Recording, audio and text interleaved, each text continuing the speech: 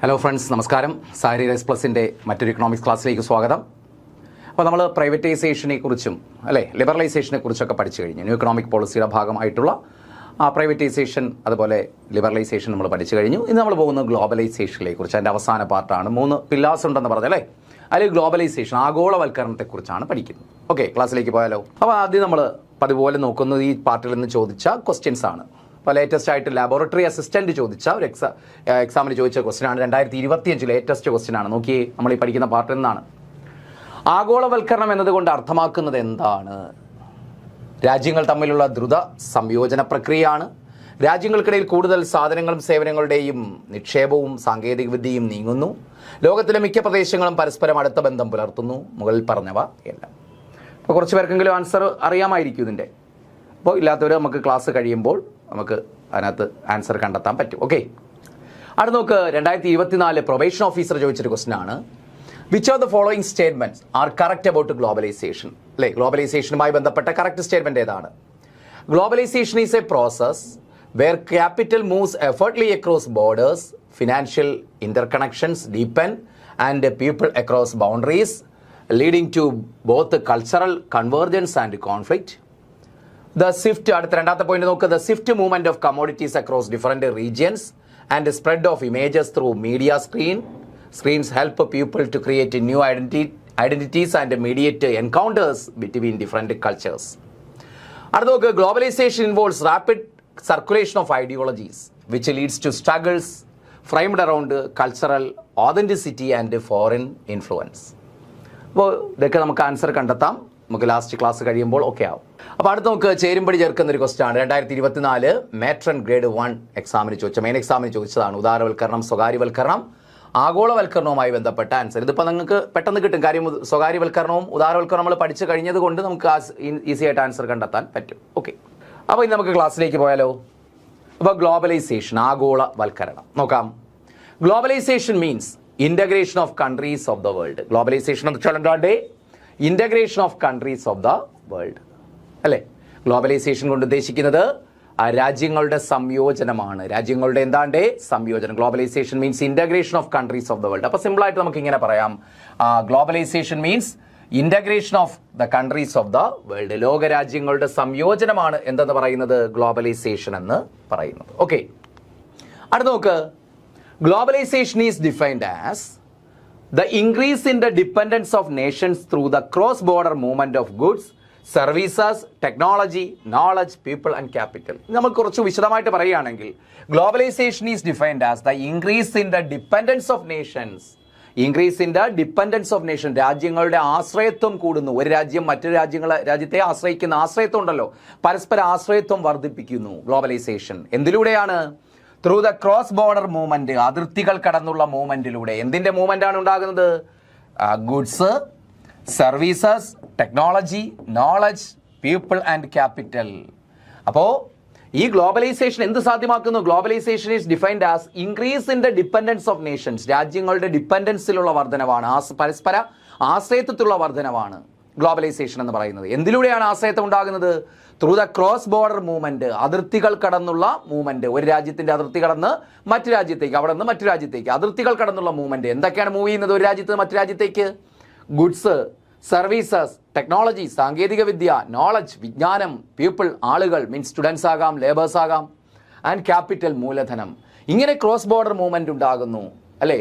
അങ്ങനെ ഒരു രാജ്യത്ത് നിന്ന് മറ്റു രാജ്യത്തേക്ക് ക്രോസ് ബോർഡർ മൂവ്മെന്റ് ഉണ്ടാകുന്നു. എന്തിൻ്റെയൊക്കെയാണ്? Goods, services, technology, knowledge, people, capital. ഇങ്ങനെ എന്താണ്? ഡിപ്പെൻഡൻസ് വർദ്ധിക്കുന്നു, ആശ്രയത്വം വർദ്ധിക്കുന്നു. It is called globalisation. ഇതിനെയാണ് നമ്മൾ എന്തെന്ന് വിളിക്കുന്നത്? ഗ്ലോബലൈസേഷൻ എന്ന് വിളിക്കുന്നത്. ഓക്കെ, ക്ലിയർ ആണല്ലോ. ഇനി steps taken by the government to achieve globalisation. ആഗോളവൽക്കരണം നേടിയെടുക്കാനുള്ള സ്റ്റെപ്സ് എന്തൊക്കെയാണ്? Steps taken by the government to achieve globalisation. ആഗോളവൽക്കരണം നേടിയെടുക്കുന്ന ഘട്ടങ്ങൾ. എങ്ങനെ നമുക്ക് ഗ്ലോബലൈസേഷൻ സാധ്യമാക്കാം നോക്കാം നമുക്ക്. ഒന്ന്, reduction in tariff. Reduction in tariff, tariff കുറയ്ക്കുക. മറ്റൊന്ന്, removal of quantitative restrictions or quota. Removal of quantitative restrictions, അതായത് കോട്ട റിമൂവ് ചെയ്യുക. Removal of quantitative restrictions. അപ്പോൾ reduction in tariff, tariff rate കുറയ്ക്കുക. Removal of quantitative restrictions, quota remove ചെയ്യുക. Means നമുക്കറിയാമല്ലോ ഈ കോട്ട റിമൂവ് ചെയ്യുന്നതിലൂടെ എന്ത് ചെയ്യാൻ പറ്റും? ഒരു രാജ്യത്തിന് യഥേഷ്ടം സാധനങ്ങൾ മറ്റു രാജ്യത്തേക്ക് കൊണ്ടുവരാൻ നിയന്ത്രണങ്ങളില്ല. അപ്പോൾ import tariff, export duty, import tariff, പിന്നെ ഡ്യൂട്ടിയും കുറയ്ക്കുക, അതാണ് റിഡക്ഷൻ താരിഫ്. അതുപോലെ ക്വാണ്ടിറ്റേറ്റീവ് റെസ്ട്രിക്ഷൻ, കോട്ട നിയന്ത്രിക്കുക അല്ലെങ്കിൽ എടുത്തു കളയുക, നിയന്ത്രിക്കുകയല്ല, എടുത്തു കളയുക. മറ്റൊന്ന് devaluation and convertibility of the rupees. Devaluation and convertibility of the rupees. Rupee, നമ്മുടെ ഇന്ത്യൻ രൂപയുടെ എന്ത് ഡീവാലുവേഷൻ, മൂല്യം കുറയ്ക്കുക. നമ്മൾ ഇതിന്റെ ഭാഗമായിട്ടാണ് എന്ത് ചെയ്തത്? 91 മൂല്യം കുറച്ചില്ലേ, 20%. അതുപോലെ കൺവേർട്ടബിലിറ്റി, എന്താ ഒരു നമ്മുടെ കറൻസി മറ്റൊരു കറൻസി ആയിട്ട് കൺവേർട്ട് ചെയ്യാനുള്ള സൗകര്യം, എളുപ്പം അല്ലേ, അത് എളുപ്പമാക്കി മാറ്റുക. Devaluation and convertibility of rupee, അതായത് ഇന്ത്യൻ രൂപയുടെ ഡീവാലുവേഷൻ മൂല്യം കുറയ്ക്കുക, അതുപോലെ വളരെ എളുപ്പത്തിൽ മറ്റൊരു കറൻസി, ഫോറിൻ കറൻസി ആയിട്ട് കൺവേർട്ട് ചെയ്യാനുള്ള ഒരു പോസിബിലിറ്റി ഉണ്ടാക്കുക. അപ്പോൾ അവിടെ ഒരു കാര്യം പറഞ്ഞിട്ടുണ്ട്, rupee was made partially convertible on current account in 1991. നോക്കുക, rupee was made partially convertible on the current account in 1991. 91 new economic പോളിസിയുടെ ഭാഗമായിട്ട് ഗ്ലോബലൈസേഷൻ സാധ്യമാകണമെങ്കിൽ കൺവേർട്ടബിലിറ്റി ഉണ്ടാകണം. അപ്പോൾ അതിന്റെ ഭാഗമായിട്ട് 91 നമ്മുടെ കറണ്ട് അക്കൗണ്ടിൽ partially rupee was partially convertible. Indian rupee എന്ത് ചെയ്തു? Partially convertible. എന്ന് വെച്ചാൽ നേരത്തെ ഈ എക്സ്ചേഞ്ച് റേറ്റ് ഡിറ്റർമിൻ ചെയ്തിരുന്നത് ഗവൺമെന്റ് ആയിരുന്നു. അത് പിന്നെ എന്ത് ചെയ്തു? പാർഷ്യലി കൺവേർട്ടബിൾ എന്ന് വെച്ചാൽ അത് മാർക്കറ്റിന്, ഭാഗികമായി മാർക്കറ്റിന് കൂടി, അതായത് ഫ്ലെക്സിബിൾ എക്സ്ചേഞ്ച് റേറ്റ് സിസ്റ്റത്തിലേക്ക് മാറ്റി. നമ്മൾ പ്രൈവറ്റൈസേഷൻ പഠിച്ചപ്പോൾ പറഞ്ഞതാണ്, എക്സ്ചേഞ്ച് റേറ്റ് എന്ന് പറയുന്നത് നമ്മൾ എന്തിൽ നിന്ന്, ഫിക്സഡ് എക്സ്ചേഞ്ച് റേറ്റിൽ നിന്ന് ഫ്ലെക്സിബിൾ എക്സ്ചേഞ്ച് റേറ്റിൽ മാറി. എന്നാൽ ഇത് 91 എക്സാക്ട് 91 ന്യൂ ഇക്കണോമിക് പോളിസിയുടെ വർഷത്തിൽ നമ്മൾ ആദ്യം എന്ത് ചെയ്തു? തുടക്കത്തിൽ ഈ കൺവെർട്ടബിലിറ്റിയുടെ ഭാഗമായിട്ട്, കറൻസി കൺവെർട്ടബിലിറ്റിയുടെ ഭാഗമായിട്ട് ഒരു പാർഷ്യൽ കൺവെർട്ടബിലിറ്റിയാണ് കൊണ്ടുവന്നത്. എന്ന് പറഞ്ഞാൽ പിന്നെ 40:60 എന്നൊരു അനുപാതത്തിലാണ് കൺവെർട്ടബിലിറ്റി കൊണ്ടുവന്നത്. വെച്ചാൽ ഇപ്പോൾ 100 രൂപ നിങ്ങളുടെ കയ്യിലുണ്ട് എങ്കിൽ, 100 രൂപ എന്ന് വെച്ചാൽ ഫോറിൻ എക്സ്ചേഞ്ച് ആയിട്ട് വിദേശ നാണ്യമായിട്ട് 100 രൂപ ഉണ്ടെങ്കിൽ അതിൽ 40 രൂപ, ഇപ്പോൾ ഫോറിൻ എക്സ്ചേഞ്ച്, ഇപ്പോൾ $100 ഉണ്ടെന്ന് വെച്ചാൽ $100, അതിൽ $40 എന്ന് പറയുന്നതിൻ്റെ എക്സ്ചേഞ്ച് റേറ്റ് നിശ്ചയിക്കുന്നത് ഗവൺമെൻറ് ആണ്. 60 രൂപയുടെ എക്സ്ചേഞ്ച് റേറ്റ് നിർണ്ണയിക്കുന്നത് ആരായിരിക്കും? മാർക്കറ്റ് ആയിരിക്കും. മീൻസ് ഡിമാൻഡും സപ്ലൈ, ഫോറിൻ കറൻസിയുടെ ഡിമാൻഡും സപ്ലൈ എന്ന് വെച്ചാൽ ഫ്ലെക്സിബിൾ എക്സ്ചേഞ്ച് റേറ്റ്. അതാണ് പാർഷ്യലി കൺവെർട്ടബിൾ എന്ന് പറയുന്നത്, പാർഷ്യൽ കൺവെർട്ടബിലിറ്റി എന്ന് പറയുന്നത്. പറഞ്ഞാൽ മനസ്സിലായല്ലോ. അപ്പോൾ നേരത്തെ എന്താണ്? ഫുള്ളി ഡിറ്റർമിൻ ചെയ്യുന്ന ഗവൺമെന്റ് ആണ്. അത് പാർഷ്യലി, ഭാഗികമായിട്ട് ആർക്കൂടി വിട്ടുകൊടുത്തു? നമ്മുടെ ഫ്ലെക്സിബിൾ എക്സ്ചേഞ്ച് റേറ്റ് സിസ്റ്റത്തിന് കൂടി വിട്ടുകൊടുത്തു. അതാണ് 91 സംഭവിച്ചത്. പിന്നീട് 94 ആയപ്പോഴേക്കാണ് പൂർണ്ണമായിട്ട് നമ്മൾ എന്തിലേക്കൊക്കെ മാറുന്നത്? ഫ്ലെക്സിബിൾ എക്സ്ചേഞ്ച് റേറ്റ് സിസ്റ്റത്തിലേക്ക് മാറുന്നത്. അപ്പോൾ 91 നമ്മുടെ ഡീവാലുവേഷൻ്റെയും കൺവെർട്ടബിലിറ്റി, റുപ്പിയുടെ കൺവെർട്ടബിലിറ്റിയുടെയും ഭാഗമായിട്ട് നമ്മൾ പാർഷ്യൽ കൺവെർട്ടബിലിറ്റി സിസ്റ്റം നമ്മൾ കൊണ്ടുവന്നു എന്നാണ് ഇൻ 1991 ഓൺ കറണ്ട് അക്കൗണ്ട്. അതിന് കാൽക്കുലേറ്റ് ചെയ്യുന്ന അക്കൗണ്ട്സ് ഉണ്ട്, കറണ്ട് അക്കൗണ്ട്, ക്യാപിറ്റൽ അക്കൗണ്ട്, ഇങ്ങനെ അക്കൗണ്ട്സ് ഉണ്ട്. അതിൽ കറണ്ട് അക്കൗണ്ടിൽ പാർഷ്യൽ കൺവെർട്ടബിലിറ്റി ഏർപ്പെടുത്തി. ഒന്നുകൂടി പറയുന്നു, പാർഷ്യൽ കൺവെർട്ടബിലിറ്റി എന്ന് വെച്ചാൽ എന്താണ്? നേരത്തെ ഫിക്സഡ് എക്സ്ചേഞ്ച് റേറ്റ് ആണ്, അതിൻ്റെ ഭാഗമായിട്ട് എന്ത് ചെയ്തു? നമ്മുടെ ഫോറിൻ എക്സ്ചേഞ്ചിൽ ഒരു ഭാഗം ഡിറ്റർമിൻ ചെയ്യുന്നത് ആരായിരിക്കും? നമ്മുടെ കയ്യിൽ ഫോറിൻ എക്സ്ചേഞ്ച് ഉണ്ട് അല്ലെങ്കിൽ റുപ്പി ഉണ്ട്, അത് ഫോറിൻ എക്സ്ചേഞ്ച് ആയിട്ട് മാറ്റണമെങ്കിൽ അതിൽ ഒരു പോർഷൻ ഡിറ്റർമിൻ ചെയ്യുന്നത് ആരായിരിക്കും? ഗവൺമെൻറ് ആയിരിക്കും. ബാക്കി ആരായിരിക്കും? നമ്മുടെ ഫ്ലെക്സിബിൾ എക്സ്ചേഞ്ച് റേറ്റ് സിസ്റ്റത്തിലൂടെ മാർക്കറ്റ് ഫോഴ്സസ് ആയിരിക്കും. ഇപ്പം നേരത്തെ പൂർണ്ണമായിട്ടും ആരാണ്? ഗവൺമെൻറ് ആണ്. അത് ആർക്ക് കൂടി വിട്ടുകൊടുക്കുന്നു എന്നർത്ഥം? പിന്നെ ഫ്ലെക്സിബിൾ എക്സ്ചേഞ്ച് റേറ്റ് സിസ്റ്റത്തിന് കൂടി വിട്ടുകൊടുക്കും. അതാണ് പാർഷ്യൽ കൺവെർട്ടബിൾ എന്ന് പറയുന്നത്. അത് 91 പിന്നീട് എന്ത് ചെയ്തു? പൂർണ്ണമായിട്ടും ഗവൺമെന്റിന്റെ കൺട്രോളിൽ നിന്നും എന്ത് ചെയ്തു? ഫുള്ളി കൺവെർട്ടബിൾ ആക്കി പിന്നീട് മാറ്റുന്നുണ്ട്. ഓക്കെ, ഇനി ഗ്ലോബലൈസേഷൻ അച്ചീവ് ചെയ്യാനുള്ള അടുത്തൊരു സ്റ്റെപ്പാണ് ലിബറലൈസേഷൻ ഓഫ് ഫോറിൻ ഇൻവെസ്റ്റ്മെന്റ്. നമ്മൾ എന്ത് ചെയ്തു? വിദേശ നിക്ഷേപം എന്ത് ചെയ്തു? ഉദാരമാക്കി. എന്ന് വെച്ചാൽ വിദേശ നിക്ഷേപത്തിലുള്ള നിയന്ത്രണങ്ങൾ എടുത്തു നീക്കി. ഏതൊക്കെയാണ് വിദേശ നിക്ഷേപങ്ങൾ? 2 തരം ഫോറിൻ ഇൻവെസ്റ്റ്മെന്റ് ആണ് വരുന്നത്. ഒന്ന് FDIയും മറ്റൊന്ന് FIIയും. ഫോറിൻ ഡയറക്റ്റ് ഇൻവെസ്റ്റ്മെന്റും ഫോറിൻ ഇൻസ്റ്റിറ്റ്യൂഷണൽ ഇൻവെസ്റ്റ്മെന്റും. ഫോറിൻ ഡയറക്റ്റ് ഇൻവെസ്റ്റ്മെന്റും ഫോറിൻ ഇൻസ്റ്റിറ്റ്യൂഷണൽ ഇൻവെസ്റ്റ്മെന്റും. അടുത്തത് restrictions on import of foreign technology were eased. Restrictions on the import of foreign technology were eased എന്ന് വെച്ചാൽ എന്താണ്? ഇറക്കുമതി. എന്തിന്റെ ഇറക്കുമതി? വിദേശ സാങ്കേതിക വിദ്യയുടെ ഇറക്കുമതിയിൽ ഉണ്ടായിരുന്ന നിയന്ത്രണങ്ങൾ എടുത്തു കളഞ്ഞു. Restrictions on import of foreign technology. നേരത്തെ എന്താണ്? നമ്മൾ വിദേശ സാങ്കേതിക വിദ്യയൊന്നും കൂടുതലായിട്ട് നമ്മൾ സ്വീകരിച്ചിരുന്നില്ല ഇന്ത്യ. അപ്പോൾ ഗ്ലോബലൈസേഷന്റെ ഭാഗമായിട്ട് നമ്മൾ എന്ത് ചെയ്തു? വിദേശ സാങ്കേതിക വിദ്യയുടെ ഇറക്കുമതി, അതിലുള്ള നിയന്ത്രണങ്ങൾ, പണ്ടുണ്ടായിരുന്ന നിയന്ത്രണങ്ങൾ നമ്മൾ നീക്കം ചെയ്തു.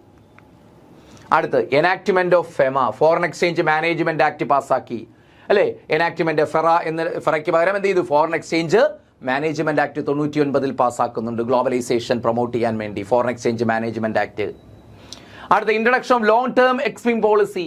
എന്ത് ഇൻട്രൊഡ്യൂസ് ചെയ്തു? Long term EXIM policy introduce ചെയ്തു. Export import policy. EXIM policy എന്ന് വെച്ചാൽ എന്താണ്? എക്സ്പോർട്ട് ഇമ്പോർട്ട് പോളിസി, കയറ്റുമതി ഇറക്കുമതി നയം, ദീർഘകാല കയറ്റുമതി ഇറക്കുമതി നയം. നേരത്തെ നമുക്ക് എന്താണ്?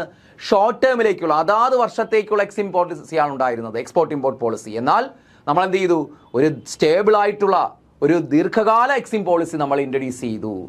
അവിടെ പറയുന്നുണ്ട് the first comprehensive 5-year export import policy, that means exim policy in India was introduced for the period 1990-1997. അപ്പോൾ 1991 മുമ്പ് വരെ, ന്യൂ ഇക്കണോമിക് പോളിസിക്ക് മുമ്പ് വരെ എക്സിം പോളിസി ഉണ്ടാന്ന് ചോദിച്ചാൽ ഉണ്ട്. പക്ഷെ എന്താണ്? ഷോർട്ട് ടേം എക്സിം പോളിസിയാണ്, അതാത് വർഷത്തേക്കുള്ളതാണ്. പക്ഷേ ഒരു സ്റ്റേബിൾ ആയിട്ടുള്ള എക്സിം പോളിസി, ഒരു ലോങ് ടേം എക്സിം പോളിസി കൊണ്ടുവരുന്നത് ന്യൂ ഇക്കണോമിക് പോളിസിക്ക് ശേഷം 5 വർഷ കാലയളവിലേക്കാണ് ഒരു Exim policy, export import policy കൊണ്ടുവന്നത്. അങ്ങനെയാണ് ഇന്ത്യയിൽ ഇൻട്രൊഡ്യൂസ് ചെയ്തത്. അത് ഏത് കാലഘട്ടത്തിലേക്കാണ്? 92 മുതൽ 97 വരേക്ക് കാലഘട്ടത്തിലേക്ക് ഒരു എക്സിം പോളിസി കൊണ്ടുവരികയാണ്. അപ്പോൾ ഇതും ഗ്ലോബലൈസേഷനെ പ്രൊമോട്ട് ചെയ്യാൻ വേണ്ടിയാണ്, ഗ്ലോബലൈസേഷൻ സാധ്യമാക്കാൻ വേണ്ടി ആണ്. ഓക്കെ, അപ്പോൾ എന്തൊക്കെയാണ് ഗ്ലോബലൈസേഷന് വേണ്ടി എടുത്ത സ്റ്റെപ്സ് എന്തൊക്കെയാണെന്ന് നോക്കാം നമുക്ക്. Steps taken by the government to achieve globalisation. ആഗോളവൽക്കരണം നേടിയെടുക്കാൻ ഗവൺമെന്റ് കൈക്കൊണ്ട നടപടികൾ: reduction in tariffs, removal of quantitative restrictions, devaluation and convertibility of rupee, liberalisation of foreign investment. അടുത്തത് restrictions on import of foreign technology were eased, enactment of FEMA, introduction of long term EXIM policy. ഇതിലൂടെയാണ് നമ്മൾ എന്ത് സാധ്യമാക്കാനായി ശ്രമിച്ചത്? Globalisation സാധ്യമാക്കാൻ, അല്ലെങ്കിൽ ഗ്ലോബലൈസേഷന്റെ ഒരു global വേൾഡിന്റെ ഭാഗമാകാൻ India ശ്രമിച്ചത്. Okay ആണല്ലോ. അടുത്ത നോക്ക്, India became A founding member of the world trade organisation in 1991. തീർന്നില്ല. ഗ്ലോബലൈസേഷന് വേണ്ടി, ഗ്ലോബൽ നയങ്ങൾ അല്ലെങ്കിൽ ഗ്ലോബലൈസേഷന്റെ ഭാഗമാകണമെങ്കിൽ നമ്മൾ എന്ത് ചെയ്യണമായിരുന്നു? India became A founding member of the world trade organisation 1991. India new economic policy introduce ചെയ്തതിന് ശേഷമാണ് 1995 ജാനുവരി 1 WTO നിലവിൽ വരുന്നത്, വേൾഡ് ട്രേഡ് ഓർഗനൈസേഷൻ. അങ്ങനെ ലോക വ്യാപാര സംഘടനയുടെ ഒരു ഫൗണ്ടിംഗ് മെമ്പർ, സ്ഥാപക അംഗമായി ഇന്ത്യ മാറി. എന്നിട്ട് എന്ത് ചെയ്തു? Aligning its trade policies with the global standards. Aligning its trade policies, നമ്മുടെ ട്രേഡ് റൂൾസ് എന്തുമായിട്ട്? With the global standards. ഇപ്പോൾ വേൾഡ് ട്രേഡ് ഓർഗനൈസേഷൻ എന്ന് വെച്ചാൽ എന്താണ്? ആഗോള നിലവാരത്തിലുള്ള വ്യാപാര നയങ്ങളാണ് അവിടെ ഉള്ളത്. ഗ്ലോബൽ സ്റ്റാൻഡേർഡ്സ് ആണ് അവിടെ ഫോളോ ചെയ്യുന്നത് വ്യാപാര നയങ്ങളിൽ. അപ്പോൾ നമ്മുടെ ഗ്ലോബൽ സ്റ്റാൻഡേർഡ്സ് അല്ലായിരുന്നു 1991 വരെ. എന്നാൽ 1995 വേൾഡ് ട്രേഡ് ഓർഗനൈസേഷന്റെ ഭാഗമായതോടുകൂടി നമ്മൾ എന്ത് ചെയ്തു? Align our trade policies with global standards. നമ്മുടെ വ്യാപാര നയങ്ങൾ, വ്യാപാര നിയമങ്ങൾ ആരുമായിട്ട്? ഒരു ഗ്ലോബൽ സ്റ്റാൻഡേർഡ്സുമായിട്ട് ചേർന്ന് പോകാൻ തുടങ്ങി. എന്ന് വെച്ചാൽ നമ്മുടെ വ്യാപാര നയങ്ങൾ ഏതിൻ്റേതുപോലെയായി? ഒരു ഗ്ലോബൽ സ്റ്റാൻഡേർഡ് ഉള്ളതായി മാറി. അതിന് കാരണം എന്താണ്? നമ്മൾ വേൾഡ് ട്രേഡ് ഓർഗനൈസേഷൻ, ലോക വ്യാപാര സംഘടനയുടെ ഭാഗമായി തീർന്നു. എന്നാണത്? 1995. വെറും മെമ്പർ അല്ല, ഫൗണ്ടിംഗ് മെമ്പർ, സ്ഥാപകാംഗം. കാരണം എന്താണ്? 95 ജനുവരി 1 ഇത് നിലവിൽ വരുന്ന അന്ന് മുതലേ ഇന്ത്യയിലെ മെമ്പറായി മാറി. ഓക്കെ, ഇനി formation of SEZ. Globalisation achieve ചെയ്യാനുള്ള മറ്റൊരു മാർഗമാണ് ഫോർമേഷൻ ഓഫ് സെസ്. സെസ് എന്താണ്ട്? സ്പെഷ്യൽ ഇക്കണോമിക് സോൺസ് എന്ന് പറയും, പ്രത്യേക സാമ്പത്തിക മേഖലകൾ. എന്താണത്? The government created special economic zones. Government പ്രത്യേക സാമ്പത്തിക മേഖലകൾ സൃഷ്ടിച്ചു. അതിന്റെ പ്രത്യേകത എന്താണ്? സെസിന്റെ പ്രത്യേകത ടാക്സ് ഫ്രീ എന്ന് വെച്ചാൽ നികുതി ഇളവുള്ളതാണ്. Tax free enclaves with world class infrastructure. അപ്പൊ നികുതി ഇളവുള്ള, അല്ലേ, അമിതമായി നികുതി ചുമത്താത്ത. അതുപോലെ എൻക്ലേവ്സ് എന്ന് വെച്ചാൽ കേന്ദ്രങ്ങളാണ്. വിത്ത് വേൾഡ് ക്ലാസ് ഇൻഫ്രാസ്ട്രക്ചർ എന്ന് വെച്ചാൽ എന്താണ്? ലോക നിലവാരത്തിലുള്ള അടിസ്ഥാന സൗകര്യങ്ങൾ. അപ്പോൾ ലോക നിലവാരത്തിലുള്ള അടിസ്ഥാന സൗകര്യങ്ങൾ പ്രദാനം ചെയ്യുന്ന ടാക്സ് ഫ്രീ എൻക്ലേവ്സ്, നികുതി ഇതര അല്ലെങ്കിൽ നികുതി ഇളവുകളുള്ള കേന്ദ്രങ്ങളാണ് ഏത്? സ്പെഷ്യൽ ഇക്കണോമിക് സോൺസ് എന്ന് പറയുന്നത്. അപ്പോൾ എന്തിന്റെ പ്രത്യേകത എന്താണ്? ലോക നിലവാരത്തിലുള്ള അടിസ്ഥാന സൗകര്യങ്ങൾ നമ്മൾ തന്നെ ഇവിടെ ക്രിയേറ്റ് ചെയ്ത് കൊടുക്കും.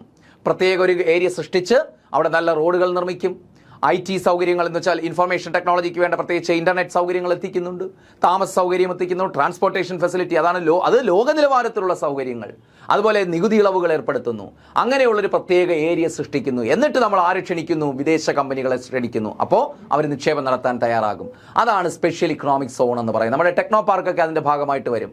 മറ്റ് സംസ്ഥാനങ്ങളിലൊക്കെ ഒരുപാട് മേഖലകൾ ഇതുപോലെ അവർ സൃഷ്ടിക്കുന്നുണ്ട്. അപ്പോൾ എന്നിട്ട് എന്ത് ചെയ്തു? ഇതാണ് സ്പെഷ്യൽ ഇക്കണോമിക് സോൺസ്. അതെന്ത് ചെയ്തു? Specifically act as the hubs for global trade and outsourcing. ഇതൊക്കെ എന്ത് ചെയ്യുന്നു? Specifically act as the hub. നമ്മൾ എന്താണ്? കേന്ദ്രങ്ങളായിട്ട് പ്രവർത്തിക്കുന്നു. എന്തിന്റെ? ഗ്ലോബൽ ട്രേഡ്, ആഗോള വ്യാപാരത്തിന്റെ, ആൻഡ് ഔട്ട്സോഴ്സിംഗ്, പുറം തൊഴിൽ കരാറിന്റെ, അല്ലേ? അപ്പോൾ ഇങ്ങനെ കേന്ദ്രങ്ങൾ സൃഷ്ടിക്കുമ്പോൾ അവരെന്ത് സ്പെസിഫിക്കലി ആക്ട് പ്രത്യേകമായിട്ട് അവർ പ്രവർത്തിക്കുക എന്ത് ഗ്ലോബൽ ട്രേഡ് ആഗോള വ്യാപാരത്തിന്റെ കേന്ദ്രമായും അതുപോലെ ഔട്ട്സോഴ്സിംഗ് പുറം തൊഴിൽ കരാറിന്റെ കേന്ദ്രമായും അത് മാറുന്നു. പുറം തൊഴിൽ കരാർ എന്ന് വെച്ചാൽ എന്താണ്? അതായത് നമുക്ക് വേണ്ട തൊഴിലുകൾ ഇപ്പോൾ ഒരു വിദേശ കമ്പനി അവർക്ക് വേണ്ട തൊഴിലാളികളെ അവർ ഇവിടെ നിന്ന് ഹയർ ചെയ്യുന്നു എന്ന് വെച്ചാൽ ഈ സ്പെഷ്യൽ ഇക്കണോമിക് സോൺസിൽ അവർ ഇൻവെസ്റ്റ്മെന്റ് നടത്തുകയും ഇവിടെ നിന്ന് നമ്മുടെ വർക്കേഴ്സ് IT അധിഷ്ഠിത സേവനങ്ങൾ അവർക്കായിട്ട് ചെയ്തു കൊടുക്കുകയും ചെയ്യുന്നു. ഇതാണ് ഔട്ട്സോഴ്സിംഗ് എന്ന് പറയുന്നത്. അപ്പോൾ ഇതാണ് സ്പെഷ്യൽ ഇക്കണോമിക് സോൺസ്. അപ്പോൾ സ്പെഷ്യൽ ഇക്കണോമിക് സോൺസ് ക്രിയേറ്റ് ചെയ്യുന്നതും എന്തിനു വേണ്ടിയാണ്? ഗ്ലോബലൈസേഷൻ സാധ്യമാക്കാനാണ്. അപ്പോൾ ഒരു കാര്യം ഓർക്കുക, ഈ സെസ് നിലവിൽ വന്നതിന് ശേഷം എന്ത് ചെയ്തു? സെസ് ആക്ട് പാസ്സാക്കിയിട്ടുണ്ട് 2005. സ്പെഷ്യൽ ഇക്കണോമിക് സോൺസ് ക്രിയേറ്റ് ചെയ്യുന്നതുമായി ബന്ധപ്പെട്ട ഒരു ആക്ട് ഉണ്ട്. അത് ഓർത്തിരിക്കുക. 2005 സെസ് ആക്ട് 2005 പാസ്സാക്കിയത്. അതുകൂടി ഓർത്തിരിക്കുക. അപ്പോൾ അത് ഔട്ട്സോഴ്സിംഗ് നമ്മളിവിടെ പറഞ്ഞില്ലേ, സ്പെഷ്യൽ ഇക്കണോമിക് സോൺസ് എന്ത് സാധ്യമാക്കുന്നു? ഔട്ട്സോഴ്സിംഗ് പുറം തൊഴിൽ കരാർ എന്ന് മലയാളത്തിൽ പറയാം. ഔട്ട്സോഴ്സിംഗ് എന്താണ്? Outsourcing is a major change brought about by globalization. ഗ്ലോബലൈസേഷന്റെ ഭാഗമായിട്ട് ഇന്ത്യയിലുണ്ടായ പ്രധാനപ്പെട്ട ഒരു മാറ്റമാണ് ഔട്ട്സോഴ്സിംഗ് പുറം തൊഴിൽ കരാർ എന്ന് പറയുന്നത്. എന്താണ് പുറം തൊഴിൽ കരാർ? Instead of A performing services internally or within the country, A company or organisation റിലൈസ് on external sources or service from foreign countries. അപ്പോൾ എന്താണ് ഔട്ട്സോഴ്സിംഗിന്റെ പ്രത്യേകത? സോഴ്സിംഗ് ഫ്രം ഔട്ട്സൈഡ്, ആ വാക്കിന്റെ അർത്ഥം അതാണ്. സോഴ്സിംഗ് ഫ്രം ഔട്ട്സൈഡ്, പുറത്തു നിന്നും സോഴ്സ് കണ്ടെത്തുക, പുറം രാജ്യത്ത് നിന്ന് സോഴ്സ് കണ്ടെത്തുക. അതായത് ഇൻസ്റ്റഡ് പകരം, എന്തിനു പകരം? Performing services internally or within the country. Performing services internally or within the country, രാജ്യത്തിനകത്ത് എന്ത് സർവീസസ് പ്രൊവൈഡ് ചെയ്യുന്നതിന് പകരം, പെർഫോം ചെയ്യുന്നതിന് പകരം എന്ന് വെച്ചാൽ രാജ്യത്തിനകത്തുള്ള സേവനങ്ങൾ ചെയ്യുന്നതിന് പകരം എന്ത് ചെയ്യുന്നു? എ കമ്പനി ഓർ ഓർഗനൈസേഷൻ, ഒരു കമ്പനിയോ അല്ലെങ്കിൽ ഒരു സംഘടനയോ relies on external sources or services from the foreign countries, അല്ലേ? അവരെന്ത് ചെയ്യുന്നു? എ കമ്പനി ഓർഗനൈസേഷൻ റിലൈസ്, ഒരു കമ്പനിയോ സംഘടനയോ എന്ത് ചെയ്യുന്നു? റിലൈസ്, ആശ്രയിക്കുന്നു. എന്തിനെ? എക്സ്റ്റേണൽ സോഴ്സസ്, ബാഹ്യ ഉറവിടങ്ങളെ, അല്ലെങ്കിൽ എക്സ്റ്റേണൽ സർവീസസിനെ. എന്തിന്? ഇവിടെ നിന്ന് ഫ്രം ഫോറിൻ കൺട്രീസ്. അപ്പോൾ സിമ്പിളായി പറഞ്ഞ ഇത്രയേ ഉള്ളൂ. ഇത് പ്രത്യേകിച്ച് ഈ വികസിത രാജ്യങ്ങൾ, അമേരിക്ക പോലെ, ബ്രിട്ടൻ പോലെയുള്ള, ജപ്പാൻ പോലെയുള്ള രാജ്യങ്ങൾ പ്രത്യേകിച്ച് അവരുടെ IT സേവനങ്ങൾക്ക്, IT അധിഷ്ഠിത സേവനങ്ങൾക്കായിട്ട് അവിടുത്തെ എന്താണ്? അവർക്ക് ലേബറേഴ്സിനെ വേണം. അവരെന്ത് ചെയ്യും? മറ്റേ ഇന്ത്യ പോലുള്ള ഡെവലപ്പിംഗ് നേഷൻസിൽ നിന്ന് അവരെന്ത് ആരെ കണ്ടെത്തും? വർക്കേഴ്സിനെ കോൺട്രാക്ട് അടിസ്ഥാനത്തിൽ നിയമിക്കും. അവർ നമ്മുടെ വർക്കേഴ്സ് ഇവിടെ ഇരുന്നു കൊണ്ട് ആർക്ക് വേണ്ടി ജോലി ചെയ്യും? അവർക്ക് വേണ്ടി. ഇപ്പോൾ ടെക്നോ പാർക്കിലൊക്കെ അങ്ങനെയുള്ള ജോലികളല്ലേ നടക്കുന്നത്. അപ്പോൾ അവർ നമുക്ക് വേണ്ടി ജോലി ചെയ്യും, അവർക്ക് വേണ്ടി ജോലി ചെയ്യും. ഇതാണ് ഔട്ട്സോഴ്സിംഗ്. അതായത് സോഴ്സിംഗ് ഫ്രം ഔട്ട്സൈഡ്. അവർക്ക് വേണ്ട സർവീസസ് അവരെന്ത് ചെയ്യുന്നു? പുറം രാജ്യത്ത് നിന്ന് കണ്ടെത്തുന്നു. മനസ്സിലായില്ലേ? അപ്പോൾ ഇന്ത്യ എന്ന് പറയുന്നത് ഇന്ന് എന്താണ്? ഔട്ട്സോഴ്സിംഗിന്റെ പ്രധാനപ്പെട്ട ഒരു ഡെസ്റ്റിനേഷൻ ആയിട്ട് മാറിയിട്ടുണ്ട്. അപ്പോൾ എന്താണ് outsourcing? Instead of performing services internally or within the country, രാജ്യത്തിനകത്ത് സർവീസസ് അല്ലെ പെർഫോം ചെയ്യുന്നതിന് ഇന്റേണലി അല്ലെങ്കിൽ വിത്തിൻ ദ കൺട്രി, രാജ്യത്തിനകത്ത് അല്ലെങ്കിൽ ആഭ്യന്തരമായിട്ട് സേവനങ്ങൾ പെർഫോം ചെയ്യുന്ന അല്ലെങ്കിൽ ജോലികൾ ചെയ്യുന്നതിന് പകരം a company or organisation relies external sources, ഒരു കമ്പനി അല്ലെങ്കിൽ ഓർഗനൈസേഷനെ ആരെ ആശ്രയിക്കുന്നു? ആ എക്സ്റ്റേണൽ സോഴ്സസിനെ ആശ്രയിക്കുന്നു. വെച്ചാൽ അമേരിക്ക പോലുള്ള കമ്പനികൾ, രാജ്യങ്ങളിലത്തെ കമ്പനികൾ ഇന്ത്യ പോലുള്ള എക്സ്റ്റേണൽ സോഴ്സസ്, ഇന്ത്യ പോലുള്ള രാജ്യങ്ങളെ ആശ്രയിക്കുന്നു. എന്തിനാണ്? അല്ലെങ്കിൽ അവിടുത്തെ സേവനങ്ങളെ ഓർ സർവീസസ്, അവിടുത്തെ സേവനങ്ങളെ ആശ്രയിക്കുന്നു ഫ്രം ഫോറിൻ കൺട്രീസ്. അതാണ് പറയുന്നത് വിദേശ രാജ്യങ്ങൾ ആശ്രയിക്കുന്നു. അപ്പോൾ ഒരു രാജ്യം മറ്റു രാജ്യത്ത് നിന്ന് എന്ത് ചെയ്യുന്നു? ആ തൊഴിലാളികളെ കണ്ടെത്തുന്നു. ഇതിനെ പറയുന്ന പേരാണ് ഔട്ട്സോഴ്സിംഗ്. ഇത് ഗ്ലോബലൈസേഷന്റെ ഭാഗമായിട്ടുണ്ടായ ഒരു തൊഴിൽ മേഖലയാണ് ഏത്? ഔട്ട്സോഴ്സിംഗ് എന്ന് പറയുന്നത്. ഇന്ത്യ ഇന്ന് എന്താണ്? ഔട്ട്സോഴ്സിംഗിന്റെ പ്രധാനപ്പെട്ട ഒരു ഡെസ്റ്റിനേഷൻ ആയിട്ട് ആര് മാറിയിട്ടുണ്ട്? ഇന്ത്യ. കാരണം ഇന്ത്യയിലേക്ക് ഒരുപാട് വിദേശ കമ്പനികൾ ഔട്ട്സോഴ്സിംഗ് ബിസിനസ്സിനായിട്ട് വരുന്നുണ്ട്. നോക്ക്, ഒരു എക്സാമ്പിൾ പറയുകയാണ്. A US based company hiring an Indian firm to build its new mobile app, paying for specific features like user authentication and payment integration, letting the external team to handle all development, testing and bug fixes to save cost and access specialized talent. അപ്പോൾ നോക്ക്, അതിനൊരു example, ഔട്ട്സോഴ്സിങ്ങിന് നിങ്ങൾക്കായിട്ടൊരു example തന്നിട്ടിരിക്കുകയാണ്. ഒരു US based company എന്ന് വിചാരിക്കുക, ഒരു US based company, US-ലുള്ള ഒരു company hiring an Indian firm. അവരെന്ത് ചെയ്യുന്നു? ഒരു ഇന്ത്യൻ ഫേമിനെ ഹയർ ചെയ്യുന്നു, ഏറ്റെടുക്കുന്നു. എന്തിനാണ് ഇന്ത്യൻ ഫേമിനെ ഏറ്റെടുക്കുന്നത്? To build its new mobile app. അവർക്ക് വേണ്ടി എന്ത് വേണം? ഒരു പുതിയ മൊബൈൽ ആപ്പ് വേണം. എന്ന് വെച്ചാൽ ഇന്ത്യൻ ഫേമിനടുത്ത് അവർ ഇന്ത്യൻ ഫേമിനെ ഹയർ ചെയ്തിട്ട് പറയുകയാണ്, ഇപ്പം എന്ത് ചെയ്യുന്നു? ഒരു പുതിയ ആപ്പ് അവർക്ക് ബിൽഡ് ചെയ്യണം. മനസ്സിലായില്ല? കമ്പനി US കമ്പനിക്കായിട്ട് ബിൽഡ് ചെയ്യണം. Paying for specific features like, എന്നിട്ട് അവരെന്ത് ചെയ്യുന്നു? Paying for specific features like, അവരെന്ത് ചെയ്യും? ഈ ആപ്പിന് വേണ്ടി അവരെന്ത് പേ ചെയ്യുന്നു? അവർക്ക് ഈ ആപ്പിൽ സ്പെസിഫിക് ഫീച്ചേഴ്സ് ഉണ്ടാകണം. എന്തൊക്കെയാണ്? Like user authentication. ഒരുപാട് ഈ മൊബൈൽ ആപ്പുകളിൽ ഒരുപാട് ഫീച്ചേഴ്സ് ഉണ്ടല്ലോ. യൂസർ ഓതൻറ്റിക്കേഷൻ വേണം. പേയ്മെൻറ്റ് ഇൻ്റഗ്രേഷൻ വേണം. ലെറ്റിംഗ് ദ എക്സ്റ്റേണൽ ടീം, അപ്പോൾ അതിനെന്താണ് ഇങ്ങനെയുള്ള കാര്യങ്ങൾ വേണം. അതിനെന്ത് ചെയ്യുന്നു? Letting the external team to handle all development, testing and bug fixes to save cost and access specialised talent. അപ്പോൾ ചുരുക്കി പറഞ്ഞാൽ ഈ മൊബൈൽ ആപ്പ് ഡെവലപ്പ് ചെയ്യാൻ വേണ്ടി US കമ്പനി എന്ത് ചെയ്യുന്നു? ഇന്ത്യ പോലുള്ള രാജ്യങ്ങളിൽ അല്ലെങ്കിൽ വിദേശ രാജ്യങ്ങളിലെ ഒരു ഫേമിനെ ഹയർ ചെയ്യും. എന്നിട്ട് അവരെടുത്ത് എന്ത് ചെയ്യുന്നു? അവർക്ക് വേണ്ട ഫീച്ചേഴ്സ് അവർക്ക് പറയുന്നു. എന്ന് വെച്ചാൽ ഏതൊക്കെയാണ്? യൂസർ ഓതൻറ്റിക്കേഷൻ, അങ്ങനെയുള്ള ഫീച്ചേഴ്സ്, അതുപോലെ പേയ്മെൻറ്റ് ഇൻ്റഗ്രേഷൻ, ഇങ്ങനെയുള്ള ആപ്പിൽ ഉൾപ്പെടുത്തണം. അപ്പോൾ അത് ആര് വികസിപ്പിക്കണം? നമ്മുടെ ഈ US പുറത്തുള്ള ഏത് കമ്പനി ആണോ ഹയർ ചെയ്യുന്ന ആ രാജ്യത്തുള്ള കമ്പനിയിലുള്ള ഫേം ഈ പറഞ്ഞ ഫീച്ചേഴ്സ് അവർക്ക് വേണ്ടി വികസിപ്പിക്കണം. എന്ന് വെച്ചാൽ ഒരു എക്സ്റ്റേണൽ സോഴ്സാണ് അല്ലെങ്കിൽ എക്സ്റ്റേണൽ ടീമാണിത് വികസിപ്പിക്കുന്നത്, ഹാൻഡിൽ ചെയ്യുന്നത്. മനസ്സിലായില്ലേ? അപ്പോൾ എന്ത് ചെയ്യുന്നു? അങ്ങനെ അവരെന്ത് ചെയ്യുന്നു? അത് ഡെവലപ്പ് ചെയ്യുന്നു, ടെസ്റ്റ് ചെയ്യുന്നു. അപ്പോൾ അതിങ്ങനെ വരുമ്പോൾ എന്താണ്? അവർക്ക് കോസ്റ്റ് സേവ് ചെയ്യാൻ സാധിക്കും. ആ US കമ്പനിക്ക് കോസ്റ്റ് സേവ് ചെയ്യാൻ സാധിക്കും, അല്ലേ? അതുപോലെ ആക്സസ് സ്പെഷ്യൽ ടാലൻറ്റ്, അല്ലെ? സ്പെഷ്യൽ ടാലൻറ്റുകളുടെ സൗകര്യം ഉണ്ടാകും. കാരണം വിദേശ രാജ്യങ്ങൾ, ഇന്ത്യ പോലുള്ള രാജ്യങ്ങളിലൊക്കെ എന്താണ് ഇതുപോലെ ടാലൻ്റ് ആയിട്ടുള്ള ഒരുപാട് പേരുകളുണ്ട്, സ്പെഷ്യലൈസ് ആയിട്ടുള്ള ഒരുപാട് വ്യക്തികളുണ്ട്. പക്ഷേ അവർക്ക് അവരുടെ കഴിവ് വിനിയോഗിക്കാൻ പറ്റുന്നില്ല. പക്ഷേ ഔട്ട്സോഴ്സിങ്ങിലൂടെ എന്താണ് ഇങ്ങനെ ഓർഡർ കിട്ടുമ്പോൾ അവർക്ക് എന്താണ് മറ്റുള്ള രാജ്യത്തിന് വേണ്ടി ഇത് ജോലി ചെയ്യാൻ കഴിയുന്നു, അതിലൂടെ ഇൻകം ഏൺ ചെയ്യാൻ കഴിയുന്നു. മാത്രമല്ല ഈ കോൺട്രാക്റ്റ് കൊടുത്ത കമ്പനിക്ക് എന്താണ് അവർക്കും കോസ്റ്റ് സേവ് ചെയ്യാൻ സാധിക്കുന്നു. കാരണം അവരുടെ രാജ്യത്ത് ഹൈ സാലറി കൊടുക്കേണ്ടി വരും, അത്രയും സാലറി ഇവിടെ ആവശ്യമുള്ള. അപ്പോൾ ഇതാണ് അതിൻ്റെ എക്സാമ്പിൾ എന്ന് പറയുന്നത്. അതാണ് പറഞ്ഞേക്കുന്നത് US based company hiring an Indian firm to build its new mobile app, paying for specific features like, എന്തിനാണ് അവർ പേ ചെയ്യുന്നത്? Like user authentication, payment integration, ഇങ്ങനെയുള്ള ഫീച്ചേഴ്സ് ഡെവലപ്പ് ചെയ്യുന്നതിനാണ് അവർ പേയ്മെൻറ്റ് കൊടുക്കുന്നത്. ലെറ്റിംഗ് ദ എക്സ്റ്റേണൽ ടീം എന്നിട്ട് എന്ത് ചെയ്യുന്നു? എക്സ്റ്റേണൽ ടീമിനെ അത് ഹാൻഡിൽ ചെയ്യാനായിട്ട് ഏൽപ്പിക്കുന്നു. All development, testing and bug fixes to save cost and access specialised talents.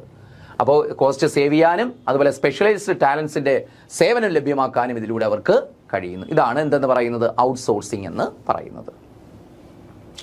India is A major destination for global outsourcing. ഇന്ത്യയിൽ നിന്ന് എന്താണ്? ഗ്ലോബലൈസ് ഔട്ട്സോഴ്സിങ്ങിൻ്റെ പ്രധാനപ്പെട്ട ഒരു ഡെസ്റ്റിനേഷനാണ് ഇന്ത്യ എന്ന് പറയുന്നത്, അല്ലേ? ഔട്ട്സോഴ്സിങ്ങിൻ്റെ പ്രധാന ഡെസ്റ്റിനേഷനായിട്ട്, കേന്ദ്രമായിട്ട് ഇന്ത്യ മാറിയിട്ടുണ്ട്. ഈ മേഖലയിൽ ഈ ഭാഗത്തുനിന്ന് ക്വസ്റ്റ്യൻ വന്നിട്ടുണ്ട്, പ്രീവിയസ് ക്വസ്റ്റ്യൻ ചോദിച്ചിട്ടുണ്ട്. നോക്ക്, reasons why India became a major destination for global outsourcing. എന്തുകൊണ്ട് ഔട്ട്സോഴ്സിങ്ങിൻ്റെ പ്രധാന കേന്ദ്രമായി ഇന്ത്യ മാറി? നമുക്ക് നോക്കാം. ഒന്ന്, ലോ വേജ് റേറ്റ്. ഒന്നെന്താണ്ട് ലോ വേജ് റേറ്റ്, കുറഞ്ഞ വേതന നിരക്ക്. രണ്ട്, availability of skilled man power. Knowledge of various languages especially English. Proper time management. അപ്പോൾ ഇതാണ് ഇതിൻ്റെ പ്രത്യേകത. അപ്പോൾ ഇന്ന് വിദേശ കമ്പനികൾ, അമേരിക്ക ഉൾപ്പെടെയുള്ള, US ഉൾപ്പെടെയുള്ള, ജപ്പാൻ ഉൾപ്പെടെയുള്ള, ബ്രിട്ടൻ ഉൾപ്പെടെയുള്ള, ജർമ്മനി ഉൾപ്പെടെയുള്ള രാജ്യങ്ങളിൽ നിന്ന് ഒരുപാട് വിദേശ കമ്പനികൾ ഇന്ത്യയിലേക്ക് ഔട്ട്സോഴ്സിംഗ് ബിസിനസ്സായിട്ട് വരുന്നു. മീൻസ് ഇതുപോലെയുള്ള കോൺട്രാക്ട് ഏൽപ്പിക്കാനായിട്ട് വരുന്നു. അതിന് കാരണം എന്താണ്? Low wage rate. ഇന്ത്യയിൽ ലോ വേജ് റേറ്റ് ആണ്. Availability of skilled man power, കഴിവുള്ള സ്കിൽഡ് ആയിട്ടുള്ള മാൻ പവറിനെ കിട്ടുന്നു. നോളജ് ഓഫ് വേരിയസ് ലാംഗ്വേജസ്, വിവിധ ഭാഷകൾ. ഇപ്പം തന്നെ നമുക്കറിയത്തില്ലേ, ജർമ്മൻ പഠിക്കുന്നവർ, ഫ്രഞ്ച് പഠിക്കുന്നവർ, അല്ലെ? ഇംഗ്ലീഷിനേക്കാൾ ഉപരി ഇങ്ങനെയുള്ള ഭാഷകളൊക്കെ കൈകാര്യം ചെയ്യാൻ അറിയാവുന്നവർ ഇഷ്ടം പോലെയുണ്ട്. അത് വിദേശത്തേക്ക് പോകാനാണെങ്കിൽ കൂടിയും ഇതിനകത്തൊക്കെ പ്രാവീണ്യം നേടിയവരുണ്ട്. അപ്പോൾ ഇംഗ്ലീഷ് ഭാഷയിൽ, പ്രത്യേകിച്ച് ഇംഗ്ലീഷ് ഭാഷയിൽ പ്രാവീണ്യം നേടിയവരാണ് ഇന്ത്യക്കാർ, അല്ലെങ്കിൽ പ്രധാനമായിട്ട് ഇന്ത്യയിലെ യുവാക്കൾ, അല്ലെ? Especially English. അതുപോലെ പ്രോപ്പർ ടൈം മാനേജ്മെൻറ്റ്, ശരിയായിട്ടുള്ള ടൈം കൃത്യമായിട്ട് ഓഫീസിൽ വരുന്നു, അല്ലെ? അങ്ങനെയുള്ള പ്രത്യേകിച്ച് എന്താണ് ഈ എഡ്യൂക്കേറ്റഡ് ആയിട്ടുള്ള ആളുകൾ, അവരെ സംബന്ധിച്ച് എന്താണ് പ്രോപ്പറായി ടൈം മാനേജ് ചെയ്യുന്നു. മറ്റൊന്ന് IT ഡെവലപ്മെൻറ്റ്, IT-യിലുള്ള ഡെവലപ്മെൻറ്റ് കേട്ടോ, അതുകൂടി ഓർത്തിരിക്കുക, IT-യിലുള്ള ഡെവലപ്മെൻറ്റ്. അപ്പോൾ ആ IT-യിലുള്ള ഡെവലപ്മെൻറ്റ് കൂടി എന്താണ്? Proper time management. അതുപോലെ എന്താണ്? Developments in IT development, IT information ടെക്നോളജിയിലുള്ള ഡെവലപ്മെൻറ്റ്. ഇതൊക്കെ എന്ത് ചെയ്യുന്നു? ഇന്ത്യയെ ഒരു ഔട്ട്സോഴ്സിംഗ് സെൻ്ററാക്കി മാറ്റുന്നു. വിദേശ രാജ്യങ്ങൾ ഔട്ട്സോഴ്സിങ്ങിന് പറ്റിയ ഒരു ഡെസ്റ്റിനേഷനാക്കി ഇന്ത്യയെ മാറ്റുന്നു. അവിടെ നോക്ക്, foreign capital investment. Foreign capital, വിദേശ മൂലധന നിക്ഷേപം. അപ്പോൾ ഔട്ട്സോഴ്സിങ്ങിലൂടെ അല്ലെങ്കിൽ ഗ്ലോബലൈസേഷനിലൂടെ നമുക്ക് എന്ത് സാധ്യമാക്കുന്നു? ഫോറിൻ ക്യാപിറ്റൽ ഇൻവെസ്റ്റ്മെൻറ്റ്, വിദേശ മൂലധന നിക്ഷേപം ഉണ്ടാകുന്നു. നോക്ക്, foreign capital investment enters India in 2 primary ways. 2 പ്രധാന മാർഗങ്ങളിലൂടെയാണ് ഇന്ത്യയിലേക്ക് മൂലധന നിക്ഷേപം എത്തുന്നത്. ഏത്? വിദേശ മൂലധന നിക്ഷേപം എത്തുന്നത്. ഇത് ഔട്ട്സോഴ്സിങ്ങിൻ്റെ ഒരു ഭാഗമാണ്. നോക്ക്, ഒന്നാമത്തെ നിക്ഷേപം വരുന്നത് എങ്ങനെയാണ്? From foreign direct investment, foreign direct investment, FDI ആയിട്ട് വരുന്നു. 2, ഫോറിൻ ഇൻസ്റ്റിറ്റ്യൂഷണൽ ഇൻവെസ്റ്റ്മെൻറ്റ്, FII ആയിട്ട് വരുന്നു. Foreign institutional investment. അപ്പോൾ എന്താണ്? ഒന്ന് ഫോറിൻ ഡയറക്റ്റ് ഇൻവെസ്റ്റ്മെൻറ്റ്, മറ്റൊന്ന് ഫോറിൻ ഇൻസ്റ്റിറ്റ്യൂഷണൽ ഇൻവെസ്റ്റ്. അപ്പോൾ 2 തരം നിക്ഷേപങ്ങളാണ് വിദേശത്തു നിന്ന് നമ്മുടെ രാജ്യത്തേക്ക് എത്തുന്നത്. ഒന്ന് ഫോറിൻ ഡയറക്റ്റ് ഇൻവെസ്റ്റ്മെൻറ്റ്, വിദേശത്തു നിന്നുള്ള നേരിട്ടുള്ള നിക്ഷേപം, മറ്റൊന്ന് foreign institutional investment FII. Okay, അതായത് വിദേശത്തു നിന്നുള്ള ഓഹരി നിക്ഷേപം. എന്താണ് foreign direct investment? If a person from abroad invest money and directly starts an organisation in India, it is FDI. That person is the owner. നോക്ക്, if a person from abroad invest money and directly starts an organization in India. അപ്പോൾ FDI എന്ന് വെച്ചാൽ ഇതേ ഉള്ളൂ, വിദേശത്തു നിന്നൊരു വ്യക്തിയോ ഒരു കമ്പനിയോ നേരിട്ട് എന്ത് ചെയ്യുന്നു, ഇന്ത്യയിൽ പണം നിക്ഷേപിക്കുന്നു. ആൻഡ് സ്റ്റാർട്ട്സ് ആ ഓർഗനൈസേഷൻ, എന്നിട്ട് ഒരു സ്ഥാപനം ആരംഭിക്കുന്നു. നമ്മളിവിടെ ഇന്ത്യക്കകത്തൊരു സ്ഥാപനം ആരംഭിക്കും പോലെ അവർ വിദേശികൾ വന്നിട്ട് ഒരു സ്ഥാപനം ആരംഭിക്കുന്നു. It is FDI. ഇതിനെ പറയുന്ന പേരാണ് FDI. And that person is the owner. ആ ഇൻവെസ്റ്റ് ചെയ്യുന്ന പേഴ്സൺ ആരായിരിക്കും? ഇന്ത്യക്കകത്താണെങ്കിലും ഓണർ ആരായിരിക്കും? ആ വ്യക്തി ആയിരിക്കും. എന്നുവെച്ചാൽ ആ വ്യക്തി എന്ന് വെച്ചാൽ ഇൻവെസ്റ്റ് ചെയ്ത വ്യക്തി. ഇനി FDIയുടെ പ്രത്യേകത എന്താ? FDI operates in the primary market. അതൊരു പ്രധാനപ്പെട്ട പോയിന്റ് ആണ്. FDI എവിടെയാണ് പ്രവർത്തിക്കുന്നത്? പ്രൈമറി മാർക്കറ്റിലാണ് പ്രവർത്തിക്കുന്നത്. എന്നുവെച്ചാൽ ഇത് സ്ഥാപനമാണ്. എന്ന് വെച്ചാൽ എന്ത്? ഷെയർസ് ഉള്ള മാർക്കറ്റല്ല, ഷെയർസ് ലിസ്റ്റ് ചെയ്ത മാർക്കറ്റല്ല, പ്രൈമറി മാർക്കറ്റിലാണ് FDI ഓപ്പറേറ്റ് ചെയ്യുന്നത്. എന്ന് വെച്ചാൽ എന്താണ്? അവർ നിലവിലില്ലാത്തൊരു ബിസിനസ് സംരംഭമാണ് അവർ എന്ത്, അല്ലെങ്കിൽ നിലവിൽ ഓപ്പറേറ്റ് ചെയ്ത ഒരെണ്ണത്തിനെ ടേക്ക് ഓവർ ചെയ്തതാകാം. അപ്പോൾ FDI എന്ന് വെച്ചാൽ എന്താണ്? ഒരു ഓർഗനൈസേഷനാണ് ഓപ്പറേറ്റ് ചെയ്യുന്നത്. അതിൽ പ്രൈമറി മാർക്കറ്റിൻ്റെ ഭാഗമാണ്. സെക്കൻഡറി മാർക്കറ്റ് എന്ന് വെച്ചാൽ അവിടെ ഫിനാൻഷ്യൽ അസറ്റാണ് ട്രാൻസാക്ഷൻ നടത്തപ്പെടുന്നത്. നമുക്ക് വിസിബിൾ ആയിട്ടുള്ള അസറ്റ് അല്ല, അത് ഫിനാൻഷ്യൽ അസറ്റ്സ് ആണ് വിസിബിൾ ആയിട്ട്. പക്ഷേ ഇതെന്താണ്? ഒരു വിസിബിൾ അസറ്റ് ആണത്. FDI operates in the primary market എന്ന് പറയാൻ കാരണം അവരെന്താണ്? സെക്കൻഡറി മാർക്കറ്റ് പോലെയല്ല, ഫിനാൻഷ്യൽ അസറ്റ് അല്ല, റിയൽ ആയിട്ടുള്ള ക്യാപിറ്റൽ അസറ്റ്സിലാണ് അവർ ഇൻവെസ്റ്റ് ചെയ്യുന്നത്. അതാണ് FDI operates in the primary market. പ്രാഥമിക കമ്പോളത്തിലാണ് ഇൻവെസ്റ്റ് ചെയ്യുന്നത്. The primary market is wear shares and assets R create. ഈ പ്രൈമറി മാർക്കറ്റിലാണ് എന്ത് ചെയ്യുന്നത്? ഷെയർസും അസറ്റും ക്രിയേറ്റ് ചെയ്യപ്പെടുന്നത്. ഷെയർസ്, ഓഹരികളും അസറ്റുകളും ക്രിയേറ്റ് ചെയ്യപ്പെടുന്നത്. ട്രേഡ് നടക്കുന്നത് ഞാൻ പറഞ്ഞില്ല, ക്രിയേറ്റ് ചെയ്യപ്പെടുന്ന എവിടെയാണ്? പ്രൈമറി. അപ്പം പ്രൈമറി മാർക്കറ്റിലാണ് ഈ ഷെയർസും അസറ്റും ക്രിയേറ്റ് ചെയ്യപ്പെടുന്നത്. അങ്ങനെയുള്ള മാർക്കറ്റാണ് പ്രൈമറി മാർക്കറ്റ് എന്ന് പറയുന്നത്. അത് പിന്നീട് ട്രേഡ്, ഷെയർസും അസറ്റ്സും പിന്നെ ലിസ്റ്റ് ചെയ്ത് ട്രേഡ് നടക്കുന്ന മാർക്കറ്റാണ് സെക്കൻഡറി മാർക്കറ്റ്. അപ്പോൾ ഈ പ്രൈമറി മാർക്കറ്റിലാണ് ഇപ്പോൾ ഒരു കമ്പനി ഉണ്ടായി അതിൻ്റെ ഷെയർസും അസറ്റും ആദ്യമായിട്ട് ക്രിയേറ്റ് ചെയ്യപ്പെടുന്നത്. അതാണ് പ്രൈമറി മാർക്കറ്റ്. അപ്പോൾ ഈ FDI ഓപ്പറേറ്റ് ചെയ്യുന്ന എവിടെയാണ്? ഈ പ്രൈമറി മാർക്കറ്റിലാണ്. ഓക്കെ ആണല്ലോ. ഇനി through FDI knowledge and experience regarding foreign technology and equipment are gained along with the management expertise. അപ്പോൾ ത്രൂ FDIയിലൂടെ knowledge and experience regarding foreign technology and equipment are gained. അപ്പോൾ FDIയിലൂടെ നമുക്ക് എന്താണ് ഗുണം, നേട്ടം എന്താണ്? നോളജ് ആൻഡ് എക്സ്പീരിയൻസ്, അറിവും അനുഭവ സമ്പത്തും ലഭിക്കുന്നു. എന്തിനെക്കുറിച്ച്?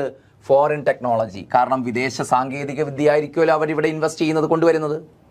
അതുപോലെ ആൻഡ് എക്വിപ്മെന്റ്, വിദേശ ഉപകരണങ്ങൾ കൊണ്ടുവരുന്നു, അല്ലേ? ആർ ഗെയിൻഡ്, വിദേശ എക്വിപ്മെന്റ് നമുക്ക്. അപ്പോൾ അവരുടെ എന്താണ്? നോളജും എക്സ്പീരിയൻസും regarding foreign technology and equipment, foreign എക്വിപ്മെന്റും നമുക്ക് നേടിയെടുക്കാൻ സാധിക്കും. Along with management expertise. ഏതിനോടൊപ്പം?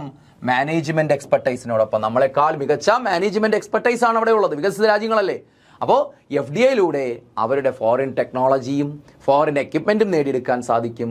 അതുപോലെ അവരുടെ മാനേജ്മെൻറ്റ് എക്സ്പെർട്ടൈസിൻ്റെ സേവനവും നമുക്ക് ലഭ്യമാകും. ഇതാണ് FDIയുടെ ഒരു ഗുണമെന്ന് പറയുന്നത്. ഇനി എന്താണ് FII, ഫോറിൻ ഇൻസ്റ്റിറ്റ്യൂഷണൽ ഇൻവെസ്റ്റ്മെൻറ്റ് എന്താണെന്ന് നോക്കിയേ. FII is an investment made by those abroad by purchasing shares as part of the stock market in India.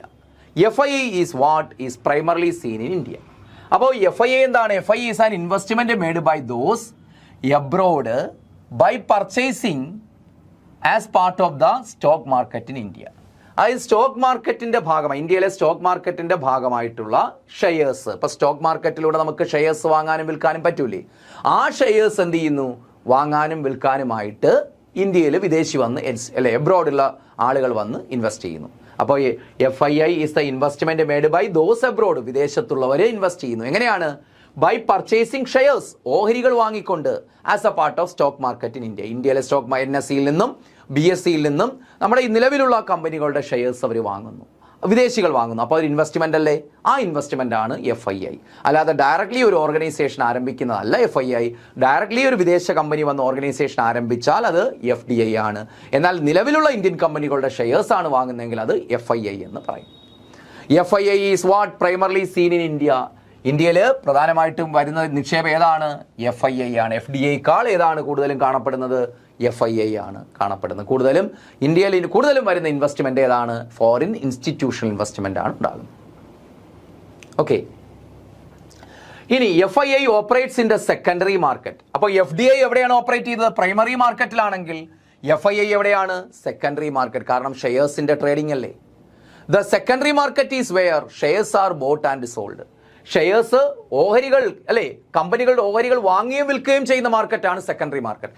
എന്നാൽ ഷെയർസും അസറ്റ്സും ക്രിയേറ്റ് ചെയ്യപ്പെടുന്ന എവിടെയെന്ന് ചോദിച്ചാൽ അതെവിടെയാണ്? പ്രൈമറി മാർക്കറ്റിൽ. ആ വ്യത്യാസം മനസ്സിലാക്കുക. ഈ ഇക്വിറ്റി ഷെയർസ് അല്ലെങ്കിൽ ഷെയർസും അസറ്റ്സും ക്രിയേറ്റ് ചെയ്യപ്പെടുന്ന മാർക്കറ്റ് പ്രൈമറി മാർക്കറ്റാണ്. കാരണം പ്രൈമറി മാർക്കറ്റിൽ ഒരു ഓർഗനൈസേഷൻ ഉണ്ടായാലേ അവിടെ ഷെയർസും അസറ്റ്. ഈ ഇക്വിറ്റി ഷെയർസ് അല്ലെങ്കിൽ ഷെയർസും അസറ്റ്സും ക്രിയേറ്റ് ചെയ്യപ്പെടുന്ന മാർക്കറ്റ് പ്രൈമറി മാർക്കറ്റാണ്. കാരണം പ്രൈമറി മാർക്കറ്റിൽ ഒരു ഓർഗനൈസേഷൻ ഉണ്ടായാലേ അവിടെ ഷെയർസും അസറ്റും ഉണ്ടാകും. എന്നാൽ ഈ ഷെയർസും അസറ്റും പിന്നീട് ട്രേഡ് ചെയ്യപ്പെടുന്നുണ്ട്. അതെവിടെയാണ്? Secondary market. അപ്പോൾ FDI ഓപ്പറേറ്റ് ചെയ്യുന്നത് പ്രൈമറി മാർക്കറ്റിലാണ്. FII എവിടെയാണെന്ന് ചോദിച്ചാൽ അത് സെക്കൻഡറി മാർക്കറ്റിലാണ്. ക്ലിയർ ആണല്ലോ. ഇനി the place where shares bought and sold is the stock exchange. Shares, ഓഹരികൾ, കമ്പനികളുടെ ഓഹരികൾ വാങ്ങുകയും വിൽക്കുകയും ചെയ്യുന്ന പ്ലേസ്, സ്ഥലത്തെ വിളിക്കുന്ന പേരാണ് സ്റ്റോക്ക് എക്സ്ചേഞ്ച്. ഇന്ത്യയിൽ പ്രധാനമായിട്ടും 2 സ്റ്റോക്ക് എക്സ്ചേഞ്ച് ആണ് ഏറ്റവും പ്രധാനമായിട്ട്. വേറെ ഉണ്ട്. ഏറ്റവും പ്രധാനമായിട്ടുള്ളത് 2 സ്റ്റോക്ക് എക്സ്ചേഞ്ച് ആണ്. ബോംബെ സ്റ്റോക്ക് എക്സ്ചേഞ്ചും നാഷണൽ സ്റ്റോക്ക് എക്സ്ചേഞ്ചും. നോക്ക്, in India stock exchanges are regulated by SEBI. ഇന്ത്യയിലെ സ്റ്റോക്ക് എക്സ്ചേഞ്ചുകളെ നിയന്ത്രിക്കുന്ന ആരാണ്ടേ? സെബി. നമ്മൾ നേരത്തെ പറഞ്ഞ securities and exchange board of India established in 1988. 1988 സ്ഥാപിതമായത്. 92 അവർക്ക് സ്റ്റാറ്റ്യൂട്ടറി പദവി ലഭിച്ചു, നിയമസാധുത ലഭിച്ചു അല്ലെ. അതിന്റെ ഫുൾ ഫോം എന്താണ്? Securities and exchange board of India. Okay, ഇനി നമ്മൾ നോക്കുന്ന world trade organisation. World trade organisation, ലോക വ്യാപാര സംഘടന. നോക്ക്, എന്താണ് world trade organisation? The WTO currently serves as a major agency of globalisation. ഇന്ന് ആഗോളവൽക്കരണത്തെ പ്രൊമോട്ട് ചെയ്യുന്ന പ്രധാനപ്പെട്ട ഒരു ഏജൻസി ആയിട്ട് ആര് പ്രവർത്തിക്കുകയാണ്? World trade organisation. അപ്പോൾ ആഗോളവൽക്കരണത്തെ ലോകമെമ്പാടും പ്രോത്സാഹിപ്പിക്കുന്ന ഒരു സ്ഥാപനമാണ് ഏത്? WTO, world trade organisation. It is an international organisation established to promote multilateral trade. ബഹുമുഖ വ്യാപാരം, മൾട്ടിലാറ്ററൽ ട്രേഡ്, ബഹുമുഖ വ്യാപാരം പ്രോത്സാഹിപ്പിക്കാനായിട്ട് സ്ഥാപിതമായ ഒരു ഇന്റർനാഷണൽ ഓർഗനൈസേഷൻ ആണ് ഏത്? WTO. ബഹുമുഖ വ്യാപാരം എന്ന് വെച്ചാൽ കുറേ അധികം രാജ്യങ്ങൾ തമ്മിലുള്ള വ്യാപാരം, രാജ്യങ്ങളുടെ കൂട്ടായ്മകൾ, ഒരുപാട് രാജ്യങ്ങൾ ചേർന്നുള്ള വ്യാപാരമാണ് മൾട്ടിലാറ്ററൽ ട്രേഡ്. അതിന്റെ ഓപ്പോസിറ്റ് ഉണ്ട്. 2 രാജ്യങ്ങൾ ചേർന്നുള്ള വ്യാപാരമാണെങ്കിൽ ബൈലാറ്ററൽ എന്ന് പറയും. എന്നാൽ വേൾഡ് ട്രേഡ് ഓർഗനൈസേഷൻ പ്രൊമോട്ട് ചെയ്യുന്ന എന്താണ്? മൾട്ടിലാറ്ററൽ ട്രേഡ് ആണ്. ഓർത്തിരിക്കുക, മൾട്ടിലാറ്ററൽ ട്രേഡ്. WTO ഓപ്ഷനിൽ ബൈലാറ്ററൽ കാണും. ഇവർ പ്രൊമോട്ട് ചെയ്യുന്ന ഏതാണ്? ബഹുമുഖ വ്യാപാരം. മറ്റത് ബൈലാറ്ററലിന്റെ മലയാളം ദ്വിമുഖ വ്യാപാരം. ദ്വിമുഖ വ്യാപാരം 2. ഇനി WTO plays a decisive role in making international trade smooth and more expensive. അല്ലെ, more expansive. അപ്പോൾ WTO plays a decisive role, അല്ലെ, നിർണായകമായ പങ്ക് WTO വഹിക്കുന്നുണ്ട്. എന്തിലാണ്? In making international trade smooth and more expansive. അന്താരാഷ്ട്ര വ്യാപാരം സ്മൂത്താക്കാൻ, സുഗമമാക്കാനും, അത് മോർ എക്സ്പാൻസീവ്, കൂടുതൽ എക്സ്പാൻസീവ് എന്ന് വെച്ചാൽ എന്താണ്? അതെ, കൂടുതൽ എക്സ്പാൻഡ് ചെയ്യാനും വികസിപ്പിക്കാനും WTO പ്രധാനപ്പെട്ട പങ്ക് വഹിക്കുന്നുണ്ട്. ഇനി കീ ഫാക്ട്സ് അബൌട്ട് WTO കുറിച്ച്. അപ്പോൾ WTO കുറിച്ച് സാധാരണഗതിയിൽ നമ്മുടെ കേരള PSC ചോദിക്കാറുണ്ട്. അപ്പോൾ നോക്കാം നമുക്ക്. നോക്ക്, പ്രിഡിസിസർ ഓഫ് WTO. പ്രിഡിസിസർ എന്ന് വെച്ചാൽ മുൻഗാമി. WTO വരുന്നതിന് മുമ്പേ ഈ ഇപ്പൊ 95 വന്നത് നമ്മൾ പറഞ്ഞില്ലേ. അപ്പോൾ അതിനു മുമ്പ് ഈ ലോക വ്യാപാര രംഗത്തെ നിയന്ത്രിക്കുന്ന ഒരു സ്ഥാപനം അല്ലെങ്കിൽ ഒരു കരാർ ഉണ്ടായിരുന്നു. സ്ഥാപനം എന്ന് പറയാൻ പറ്റില്ല, എങ്കിലും ഒരു കരാർ ഉണ്ടായിരുന്നു. അതിൻ്റെ പേരാണ് GATT, general agreement on tariff and trade. അപ്പോൾ ലോക വ്യാപാരത്തെ WTOയ്ക്ക് മുമ്പ് ലോക വ്യാപാരത്തെ നിയന്ത്രിച്ചിരുന്നത്, പ്രൊമോട്ട് ചെയ്തിരുന്നതായിരുന്നു GATT. ഓർക്കുക. അതുകൊണ്ട് നമുക്ക് WTOയുടെ മുൻഗാമി എന്ന് പറയാം, പ്രിഡിസിസർ എന്ന് പറയാം. GATT, general agreement on tariff and trade. എന്താണ് general agreement on tariff and trade? അപ്പോൾ താരിഫും ട്രേഡുമായി ബന്ധപ്പെട്ട പൊതു ഉടമ്പടി എന്ന് പറയും. അതാണ് WTOയ്ക്ക് മുമ്പ് ലോക വ്യാപാരത്തെ നിയന്ത്രിച്ചിരുന്നത്. അപ്പോൾ അതുകൊണ്ട് WTOയുടെ മുൻഗാമി എന്ന് വിളിക്കുന്നു GATTനെ. ക്ലിയർ ആണല്ലോ. ഇനി എസ്റ്റാബ്ലിഷ്ഡ് ഓൺ. അപ്പോൾ GATT കരാർ എന്ന് പറയുന്നത് 1948 കേട്ടോ. 1948 അത് ഓർത്ത് വെച്ചേക്കണേ. 1948 GATT നിലവിൽ വന്നത്. എന്നാൽ അതിനുശേഷം ഈ ഗാട്ടിന് ഒരുപാട് പോരായ്മകളുണ്ട്. ഈ വ്യാപാരത്തെ പ്രൊമോട്ട് ചെയ്യാനും അതുപോലെ ഈ വ്യാപാര രംഗത്തുള്ള ഡിസ്പ്യൂട്ട്സ് ഉണ്ടല്ലോ, തർക്കങ്ങൾ തീർക്കാനൊന്നും ഗാട്ടിന് കഴിഞ്ഞിട്ടില്ല. അതുകൊണ്ടാണ് January 1st 1995 ഏത് വരുന്നത്? WTO. അപ്പോൾ നമുക്ക് പറയാൻ പറ്റും ഗാട്ടിന്റെ സക്സസർ ആയിട്ടാണ്, അങ്ങനെ പറഞ്ഞൂടെ, ഗാട്ടിന്റെ സക്സസർ പിൻഗാമിയാണ് ആരെന്ന് പറയുന്നത്? WTO എന്ന് പറയുന്നത്. January 1st 1995 വന്നത്. ഓക്കെ ആണല്ലോ. ഹെഡ് ക്വാർട്ടേഴ്സ് എവിടെയാണ്? ജനീവ. ഹെഡ് ക്വാർട്ടേഴ്സ് എവിടെയാണ്? ജനീവയിലാണ് ഹെഡ് ക്വാർട്ടേഴ്സ്. ജനീവയിൽ, സ്വിറ്റ്സർലൻഡിലെ ജനീവയാണ് WTOയുടെ ഹെഡ് ക്വാർട്ടേഴ്സ്. ഓക്കെ. ഇനി India joined WTO on January 1st 1995. India WTOയിൽ ജോയിൻ ചെയ്ത എന്നാണ്? 95 ജനുവരി 1-നാണ്. 95 ജനുവരി 1-നാണ്. കാരണം സ്ഥാപിതമായ എന്ന് മുതലേ ഇന്ത്യയിലെ മെമ്പറാണ്. അതുകൊണ്ടാണ് ഇന്ത്യ എന്ന് വിളിക്കുന്ന, ഫൗണ്ടിങ് മെമ്പർ എന്ന് വിളിക്കുന്ന, സ്ഥാപകാംഗം എന്ന് വിളിക്കുന്നത്. ക്ലിയർ ആണല്ലോ. ഇനി ഓർഗനൈസേഷൻ ഫെസിലിറ്റേറ്റിംഗ് ഗ്ലോബലൈസേഷൻ. അപ്പോൾ അവിടെ ഒരു ക്വസ്റ്റ്യൻ ഉണ്ട്. ഓർഗനൈസേഷൻ ഫെസിലിറ്റേറ്റിംഗ് ഗ്ലോബലൈസേഷൻ എന്ന് ചോദിച്ചാൽ ആഗോളവൽക്കരണത്തിന് സൗകര്യമൊരുക്കുന്ന സംഘടന എന്ന് ചോദിച്ചാൽ ഏതാണ്? WTO ആണ്. ആഗോളവൽക്കരണത്തിന് സൗകര്യമൊരുക്കുന്ന സംഘടന ഏതാണ്? WTO ആണ്, വേൾഡ് ട്രേഡ് ഓർഗനൈസേഷൻ. ഓക്കെ. ഇനി organisation responsible for free trade agreements, സ്വതന്ത്ര വ്യാപാര ഉടമ്പടികൾക്ക്. കാരണം ഇവരെന്തിനെയാണ് പ്രൊമോട്ട് ചെയ്യുന്നത്? സ്വതന്ത്ര വ്യാപാരം. സ്വതന്ത്ര എന്ന് വെച്ചാൽ എന്താണ്? ഈ വ്യാപാരങ്ങൾ, രാജ്യങ്ങൾ തമ്മിൽ വ്യാപാര ബന്ധത്തിൽ ഏർപ്പെടുമ്പോൾ ഇമ്പോർട്ട് എക്സ്പോർട്ട് ടാരിഫ് പൂർണ്ണമായിട്ടും ഇല്ലാതാക്കുന്നു. അതാണ് ഫ്രീ ട്രേഡ്, സ്വതന്ത്ര വ്യാപാരം. ഫ്രീ ആയിട്ട് അങ്ങോട്ടും ഇങ്ങോട്ടുള്ള മൂവ്മെന്റ്സ്, ഗുഡ്സിന്റെയും സർവീസിന്റെയും മറ്റും. അതാണ് ഫ്രീ ട്രേഡ്. അപ്പോൾ ഫ്രീ ട്രേഡിനെയാണ് WTO പ്രൊമോട്ട് ചെയ്യുന്നത്. അപ്പോൾ അവിടെ നിന്ന് ഒരു ക്വസ്റ്റ്യൻ ഇങ്ങനെ ചോദിക്കും. Organisation responsible for free trade agreements, സ്വതന്ത്ര വ്യാപാര കരാറുകൾക്ക് പ്രൊമോട്ട് ചെയ്യുന്ന സ്ഥാപനം, ഓർഗനൈസേഷൻ എന്ന് ചോദിച്ചാൽ ഏതാണ്? WTO. അല്ലെങ്കിൽ ഫ്രീ ട്രേഡ് എഗ്രിമെന്റ്സ് അതിന് റെസ്പോൺസിബിൾ ആയിട്ടുള്ള, അല്ലെങ്കിൽ ആ ഒരു ഫ്രീ ട്രേഡ് എഗ്രിമെന്റ് ഇൻട്രൊഡ്യൂസ് ചെയ്ത സ്ഥാപനം എന്ന് ചോദിച്ചാൽ ഏതാണ്? WTO ആണ്. അപ്പോൾ ഗ്ലോബലൈസേഷന് സൗകര്യം ഫെസിലിറ്റേറ്റ് ചെയ്യുന്നത് WTO, ഫ്രീ ട്രേഡ് പ്രൊമോട്ട് ചെയ്യുന്നതും WTO ആണ്. ക്ലിയർ ആണല്ലോ. ഇനി നോക്ക്. The main recommendations of the free trade agreements formed through this organisation. അപ്പോൾ എന്താണ് the main recommendations of the free trade? സ്വതന്ത്ര വ്യാപാരത്തിന്റെ ശുപാർശകൾ എന്തെല്ലാം? ആരുടെയാണ്? Formed through the this organisation means WTO എന്തൊക്കെ എഗ്രിമെന്റ്സ് ആണ്, ഫ്രീ ട്രേഡ് എഗ്രിമെന്റ്സ് ആണ് അവർ മുന്നോട്ട് വയ്ക്കുന്നത്? നമുക്ക് നോക്കാം. ഒന്ന്, reduce import duties in a phased manner. അപ്പോൾ ഇവരുടെ റെസ്പോൺസിബിലിറ്റീസ് ആണ്, അല്ലെങ്കിൽ ഫ്രീ ട്രേഡിന് വേണ്ടി, ഫ്രീ ട്രേഡ് എഗ്രിമെന്റ് ഫോം ചെയ്യാൻ വേണ്ടി ഉള്ള ശുപാർശകളാണ് WTOയുടെ. Reduce import duties in a phased manner. ഇവർ ലോകരാജ്യങ്ങളുടെ അടുത്ത് പറയുകയാണ്, നിങ്ങൾ ഘട്ടം ഘട്ടമായിട്ട് ഇമ്പോർട്ട് ഡ്യൂട്ടി കുറയ്ക്കണം. റെഡ്യൂസ് സബ്സിഡി കുറയ്ക്കണം. അല്ലേ? ഇപ്പം നമ്മൾ ഇമ്പോർട്ട് ഡ്യൂട്ടിയുമായി ബന്ധപ്പെട്ട വിവാദങ്ങളിലാണ്, അല്ലെ? ട്രംപ് ഇന്ത്യക്ക് മേൽ ഏർപ്പെടുത്തിയ അമിത നികുതിയൊക്കെ നമുക്ക് അറിയാവുന്നതാണ്. അപ്പോൾ ഇവിടെ WTO എന്ത് ചെയ്യുന്നു? ഘട്ടം ഘട്ടമായിട്ട് ഇമ്പോർട്ട് ഡ്യൂട്ടി കുറയ്ക്കണമെന്ന് പറയുന്നു. റെഡ്യൂസ് സബ്സിഡി കുറയ്ക്കുക. റിഫോം പേറ്റന്റ് ലോസ്, ഇല്ലേ? ഓരോ രാജ്യങ്ങളിൽ പേറ്റന്റ് നിയമങ്ങളുണ്ടല്ലോ, പേറ്റന്റ് നിയമങ്ങൾ അത് പരിഷ്കരിക്കുക. പേറ്റന്റ് നിയമങ്ങൾ പരിഷ്കരിക്കുക. ഇനി allow foreign investment in service sectors such as media, telecom, banking and insurance. Foreign investment ഏർപ്പെടുത്തുക. എന്തിൽ? ഫോറിൻ ഇൻവെസ്റ്റ്മെന്റ് അനുവദിക്കുക. ഏത് മേഖലയിൽ? സർവീസ് സെക്ടേഴ്സ് ആയ മീഡിയയിൽ, ടെലികോം, ബാങ്കിങ്, ഇൻഷുറൻസ് രംഗത്ത് അതാത് രാജ്യങ്ങൾ വിദേശ നിക്ഷേപം അനുവദിക്കുക. Give foreign investment the same consideration as domestic investment. എന്താണ്? Give foreign investment the same consideration as domestic investment. Domestic investment നൽകുന്ന അതേ കൺസിഡറേഷൻ എന്തിനു നൽകുക? ഫോറിൻ ഇൻവെസ്റ്റ്മെന്റിനും നൽകുക. ഓക്കെ. ഇതാണ് എന്ത്? ആ ഫ്രീ ട്രേഡ് പ്രൊമോട്ട് ചെയ്യുന്ന ആരുടെ റെക്കമെൻഡേഷൻസ് എന്ന് പറയുന്നത്? ആ WTOയുടെ റെക്കമെൻഡേഷൻ. ആരോട് റെക്കമെൻഡ് ചെയ്യുകയാണ്? ആ മെമ്പർ നേഷൻസിനോടാണ്. മെമ്പർ നേഷൻസിനോട് റെക്കമെൻഡ് ചെയ്യുകയാണ്. ഓക്കെ. അടുത്ത നോക്ക്, കൊമേഴ്സ്യലൈസേഷൻ. അപ്പോൾ ഇതുമായി ബന്ധപ്പെട്ട ഒരു ടേമാണ് കൊമേഴ്സ്യലൈസേഷൻ. വാണിജ്യവൽക്കരണം എന്ന് പറയാം. കൊമേഴ്സ്യലൈസേഷൻ എന്താണ് നോക്കി. ഇത് ഇന്ന് ക്വസ്റ്റ്യൻ, ഒരു പ്രീവിയസ് ക്വസ്റ്റ്യൻ മുമ്പ് കണ്ടിട്ടുണ്ട്. നോക്കാം. The emergence of globalisation was driven by the concept of new liberalisation. The emergence of globalisation, ആഗോളവൽക്കരണത്തിന്റെ ഉദയം, was driven by the concept of new liberalisation. ഏതിൽ നിന്ന്? നവ ഉദാരവൽക്കരണത്തിൽ നിന്നാണ് ഏതുണ്ടാകുന്നത്? ഗ്ലോബലൈസേഷൻ എമർജ് ചെയ്യുന്നത്. Emergence of globalisation was driven by the concept of new liberalisation. നവ ഉദാരവൽക്കരണത്തിൽ നിന്നാണ് എന്ത്? ഗ്ലോബലൈസേഷൻ ആവിർഭവിക്കുന്നത്, ആ കോൺസെപ്റ്റ് ആവിർഭവിക്കുന്നത്. As a result of the new economic policies, പുത്തൻ സാമ്പത്തിക നയത്തിന്റെ ഫലമായിട്ട് the commercial economy today has become much more liberal, wide spread and powerful. അപ്പോൾ നമ്മൾ ഈ കൊമേഴ്സ്യലൈസേഷനിലേക്ക് വരികയാണ്. അപ്പോൾ ന്യൂ ലിബറലൈസേഷൻ, നവ ഉദാരവൽക്കരണം എന്ന് പറഞ്ഞാൽ കംപ്ലീറ്റ്ലി ഗവൺമെന്റിന്റെ നിയന്ത്രണങ്ങൾ, ഗവൺമെന്റിന്റെ ഇന്റർഫിയറൻസ് കംപ്ലീറ്റ്ലി നിരാകരിക്കുന്ന, റിജക്ട് ചെയ്യുന്ന ഒരു കോൺസെപ്റ്റാണ് ന്യൂ ലിബറലൈസേഷൻ. അതിൽ നിന്നാണ് ഗ്ലോബലൈസേഷൻ എന്ന കോൺസെപ്റ്റ് എമർജ് ചെയ്യുന്നത്.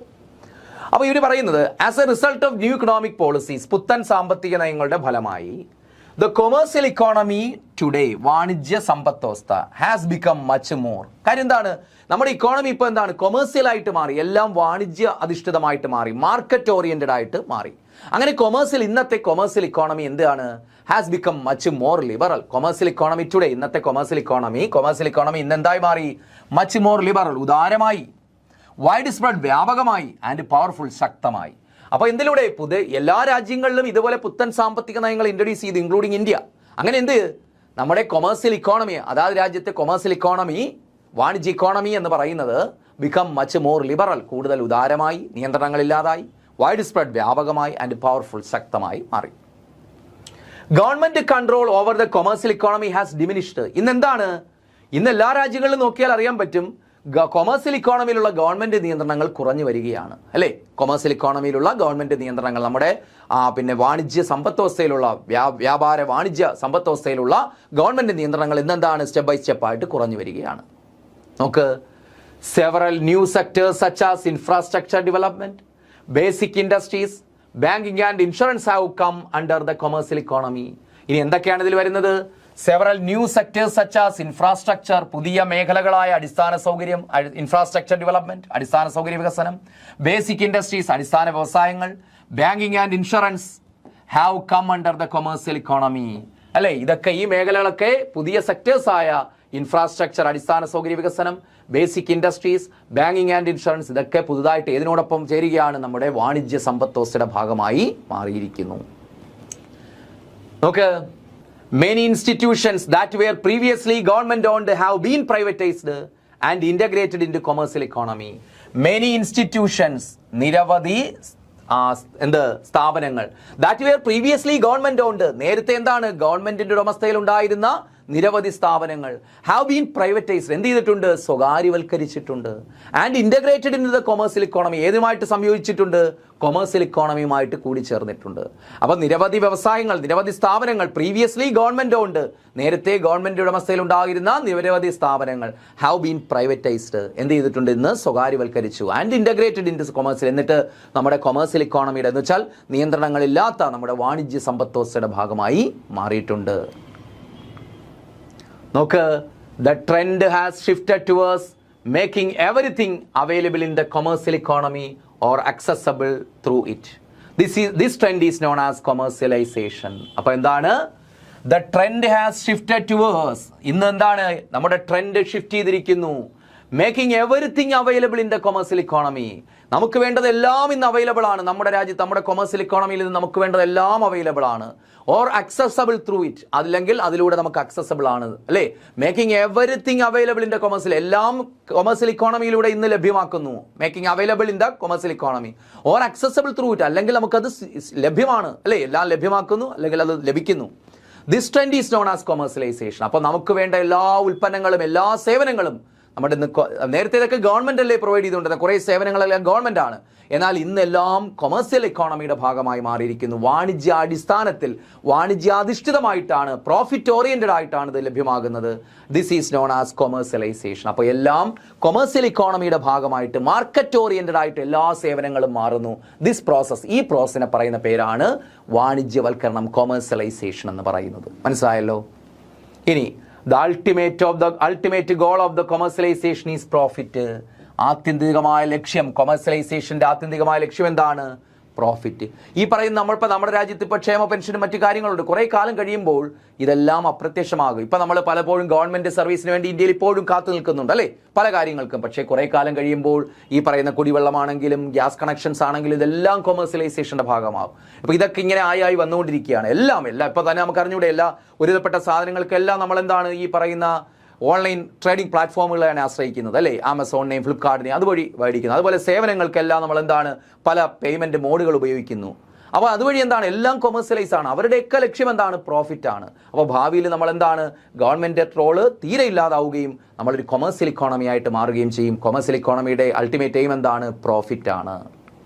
ഓക്കെ, അപ്പോൾ ഇത്രയുമാണ് ഗ്ലോബലൈസേഷനെ കുറിച്ച് നമുക്ക് പഠിക്കാനുള്ളത്. ഓക്കെ, അപ്പോൾ ഇത് ഗ്ലോബലൈസേഷൻ്റെ ഭാഗമാണ് ഈ കൊമേഴ്സ്യലൈസേഷൻ, അതുമായി ബന്ധപ്പെട്ടൊരു കോൺസെപ്റ്റാണ്. അപ്പോൾ അത് ക്ലാസ് മനസ്സിലായി കാണുമെന്ന് കരുതുന്നു. ഓക്കെ, നന്നായിട്ട് പഠിക്കുക. അപ്പോൾ നമ്മൾ പ്രൈവറ്റൈസേഷൻ, ലിബറലൈസേഷൻ, ഗ്ലോബലൈസേഷൻ അത് മൂന്നും തീർത്തിട്ടുണ്ട്. ഇനി ബാക്കി ഇതുമായി ബന്ധപ്പെട്ട് കുറച്ച് കാര്യങ്ങൾ കൂടി പറയാനുണ്ട്. അപ്പോൾ നമുക്ക് അടുത്ത ക്ലാസ്സിൽ കാണാം. Okay, thank you.